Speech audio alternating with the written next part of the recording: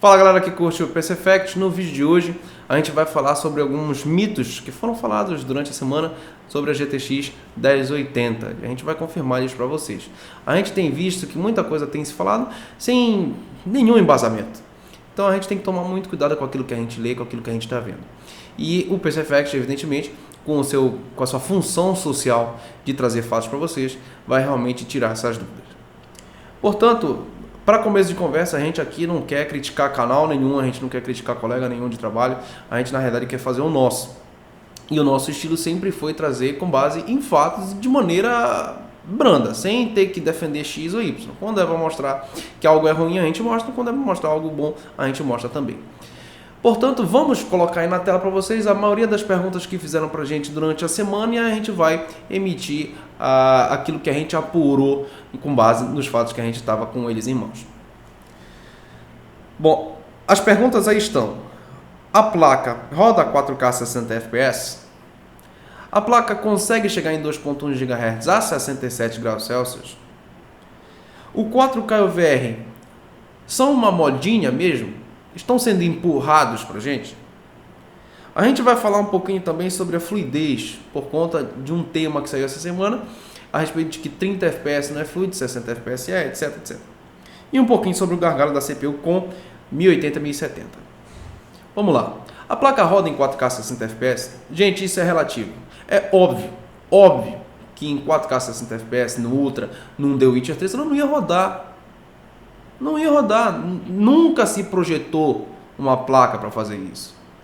Mas por quê? Se você olhar em todo o histórico e até no roadmap da NVIDIA, o saldo de performance entre a Pascal, que é a mais nova, e a Maxwell seria maior do que foi o da Maxwell em relação à anterior, que é a Kepler. Então você conseguiria perceber que o percentual de salto, que seria um pouquinho maior, não garantia 4K 60 FPS em um jogo que hoje não roda em 4K 40 FPS. Então, por favor, saiba de uma coisa. Primeiro, a NVIDIA não prometeu isso. Se ela prometeu, traga pra gente. A gente tem grupo no Telegram, no Facebook e a gente tem os comentários aqui do YouTube. Traga pra gente aonde está escrito que a NVIDIA prometeu isso. Que a gente vai lá e contesta. Porque o próprio Alexandre Zibert, amigo nosso, amigo da comunidade, está lá no grupo do PC Facts, que ele é da NVIDIA.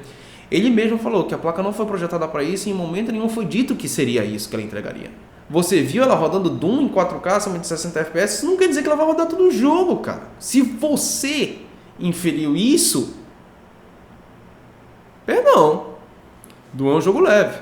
Então rodar em 4K 60 FPS é relativo. Se você for rodar mudando as qualidades, ela roda. A gente tem um vídeo mostrando uma 970 rodando em 4K 60 FPS, só com tudo no low. Claro, quem é que compra uma placa dessa para rodar com tudo no low, né? Ninguém, pelo menos eu acho que ninguém. Mas rodar, roda. Agora, vai ter que ir alterando as qualidades, cara. Não tem jeito. E não pense que esse milagre foi prometido, porque não foi. Ok? Agora, uma outra pergunta. 2.1 GHz a 67 graus Celsius. Gente, temperatura e clock é muito variável. Tem muita coisa que pode ter agregado ali. Então, o lugar controlado. O fan, já foi confirmado isso pelo Zibert, o fan estava em 100%. O pessoal aqui no Brasil, além do país ser mais quente e estarem testando em bancadas, né, sem nenhuma ventilação pelos lados, os caras estavam rodando com fan em 30%. Claro, tem que ser dito, o fan em 100%, pessoal, já tive uma Blower da 980 aqui, o fan em 100% é uma turbina. A essa distância que eu jogo aqui, não dá. Mas foi assim que foi testado. Fora que, muito provavelmente, ele devia estar com o V5 ligado, numa resolução não muito alta, está rodando em 60 cravado sem o uso total da placa. Então tem tudo isso. Ninguém prometeu que você ia colocar a placa na sua casa e rodar ela a 4K 60 FPS com 2.1 GHz a 67 graus Celsius. Ninguém prometeu isso. Eles pegaram uma sample, botaram um overclock que conseguiram lá, meteram 100% no blower e apresentaram para vocês com o V5 ligado. Agora, se você entrou num hype irresponsável de achar que aquilo ali era o mínimo que a placa ia fazer, por favor, né? Agora, tome cuidado com os lugares que vocês estão tirando as informações que vocês têm. Porque se algum lugar disse que ela ia ser 2.1 GHz a 67 graus Celsius como mínimo, vocês têm que tomar cuidado com o que vocês estão lendo. Outra informação muito desencontrada foi com relação à performance. Eu vou mostrar aí a performance que a NVIDIA divulgou no próprio dia 6 que foi o dia da apresentação, em que demonstra que existe diferença entre a performance em VR e a performance da placa no jogo comum. O engraçado é que muita gente disse, a placa vai ser 2 vezes a performance da Titan X. A Nvidia disse isso. E ela é. Só que ela é apenas em VR, multimonitores. E em situações que é possível se utilizar dos recursos de Multi-Res Shading, Simultaneous Multi-Projection e Single Pass Stereo Filter. Você não sabe o que é isso? Na apresentação do Jensen, tem. Na live do Zibert, tem. Então, dê uma procurada. Você vai ver que realmente a Titan X duplicada dá uma 1080 nessas circunstâncias. Agora, existe também o fato dela ser mais rápida do que a seria de 980. Aí você não conseguiu perceber que ele falou da performance dela de 2 formas. A seria de 980, que não é 2 980, e falou que a performance dela ao mesmo tempo é 2 vezes a Titan. Você não ficou dizendo assim, poxa, que confuso? Você deveria ter tido pelo menos a questão de questionar por que existe diferença nessas 2 frases que ele falou. Então você não foi enganado. Você muito provavelmente foi enganado pelo lugar em que você pesquisou isso. E não pela Nvidia em si. Então você tem que tomar muito cuidado para não ser injusto. Outra pergunta. 4K e VR é modinha? É lógico. Assim como é 144 Hz, assim como é G-Sync, assim como é FreeSync, é tudo modinha, é tudo novo, todo mundo quer e nem todo mundo pode ter. Mas isso, se é algo para ridicularizar quem tem, é um absurdo. Porque um dia 1080p 60 fps foi modinha. E se você hoje consegue rodar em 1080p 60 fps, foi porque enquanto ele era modinha, tinham pessoas entusiastas dispostas a pagar mais caro por uma tecnologia de ponta e que financiaram as empresas que conseguiram depois reinvestir na tecnologia para torná-la mais barata e acessível para quase todo mundo. Então, se você hoje joga em 1080p 60 fps, agradeça ao pessoal que 5 anos atrás comprou uma tela HD, uma tela Full HD, caro pra caramba, para poder chegar a um preço mais barato hoje para você. Não seja irresponsável a esse ponto. A próxima pergunta é com relação à fluidez. Eu já vi gente dizendo que 30 fps é fluido, que 60 fps é fluido, que só 144 fps é fluido. Cara, primeiro, FPS não é fluidez. Não adianta você ter 144 fps se você tem stutter por causa de um SLI. Não adianta você ter 144 fps se ele cai para 100 e volta para 144 o tempo todo. Você vai ter drops, isso não é uma performance desejável, isso traz queda de performance, isso não é fluidez.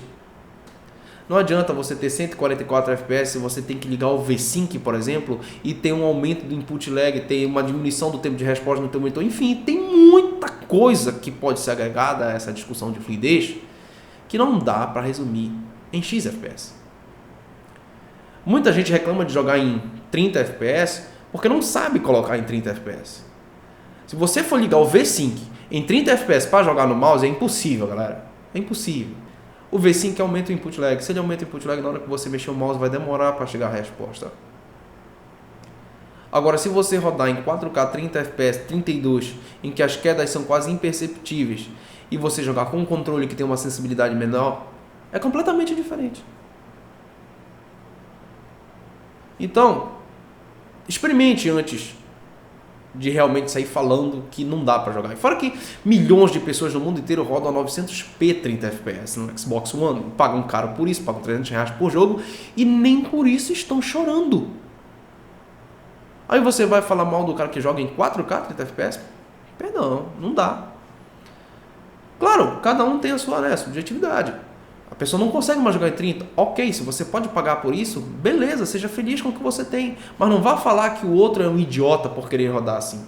A próxima pergunta é com relação ao gargalo de CPUs em 1080 a 1070. O pessoal veio desesperado falar comigo, perguntar se realmente um i5 não vai rodar uma 1080 e uma 1070. Espera lá.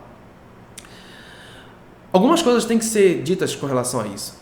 Levar a placa a 100%, não importa a quantidade de frame, ou seja, você quer que ela entregue a maior quantidade de frames possível, você vai precisar evidentemente de mais CPU.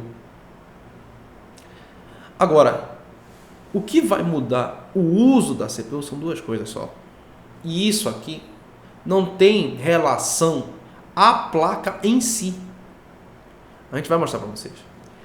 O CPU exerce duas coisas basicamente. A gente tem um vídeo sobre o gargalo que explica isso detalhadamente. Eu recomendo que vocês vejam. Bom, primeiro é com relação ao jogo puro e simples. Como o jogo cria uma cena 3D que a abstração dessa cena 3D é responsabilidade do CPU. Como essa cena 3D tem física. Se, por exemplo, em GTA você tem a física de avião, do ar, a gravidade, as colisões, partículas, tudo isso naquele mundo enorme fica lá na CPU. É por isso que o jogo exige muita CPU. A inteligência artificial agregada ao jogo também influencia. Então em GTA que tem inúmeras pessoas, carros, trânsito, engarrafamento, batidas, resposta na hora de você dar um soco na cara de alguém, tudo isso é inteligência artificial e tudo isso fica na CPU. Então você vê que até aí ter mudado a GPU não faz diferença nenhuma. Você não vai mudar a inteligência artificial, você não vai mudar a cena 3D, você não vai mudar nada. Mudar a GPU nisso daí não altera absolutamente nada. E existe a segunda função, que é a comunicação com a GPU através dos draw calls. Os draw calls são ordens que a CPU manda para a GPU para ela fazer a impressão de uma certa forma daquele frame, né? Então, se em um segundo você emite 30 frames, você vai ter 30 vezes a quantidade de draw calls que você tem por frame, né? Claro que cada frame é diferente do outro, mas para facilitar a gente vai pensar como se fosse em linguagem, ok? Então se você rodar 30 frames, você vai ter 30 vezes a quantidade de draw calls por frame. Se você roda 60 frames, você vai ter 60 vezes a quantidade de draw calls por frame. Se você roda 144, você 144 vezes. Então, mudar a placa em si não altera. O que altera é a quantos FPS você quer rodar. Se o seu monitor é 60 FPS e você quer rodar em 60 FPS, não interessa a placa que você coloque lá. O que vai interessar é a quantidade de frames que você quer que ela rode. Claro, a 1070 e a 1080 vão lhe permitir chegar numa taxa de frames maior do que a que você tem hoje. Mas se o seu objetivo é rodar nos mesmos FPS, aumentando a qualidade da imagem, aumentando a resolução, isso não vai alterar o uso do seu CPU. Pode alterar com o aumento da resolução por um pouquinho mais de draw calls, mas nada muito, sabe, amedrontador. O fato é que você vai ter que se preocupar quando você quiser sair de 60 para 144, de 30 para 60, porque você vai aumentar a quantidade de draw calls que o seu CPU vai ser obrigado a mandar.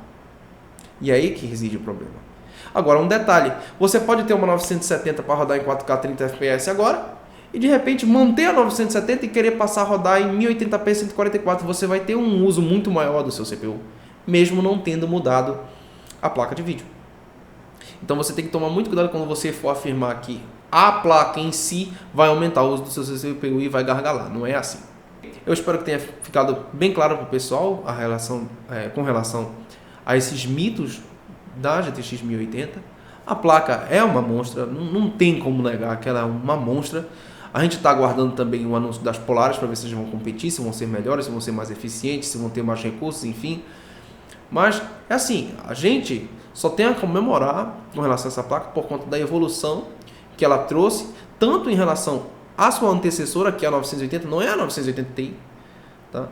Quanto em relação à própria 980 Ti, que é mais cara do que ela.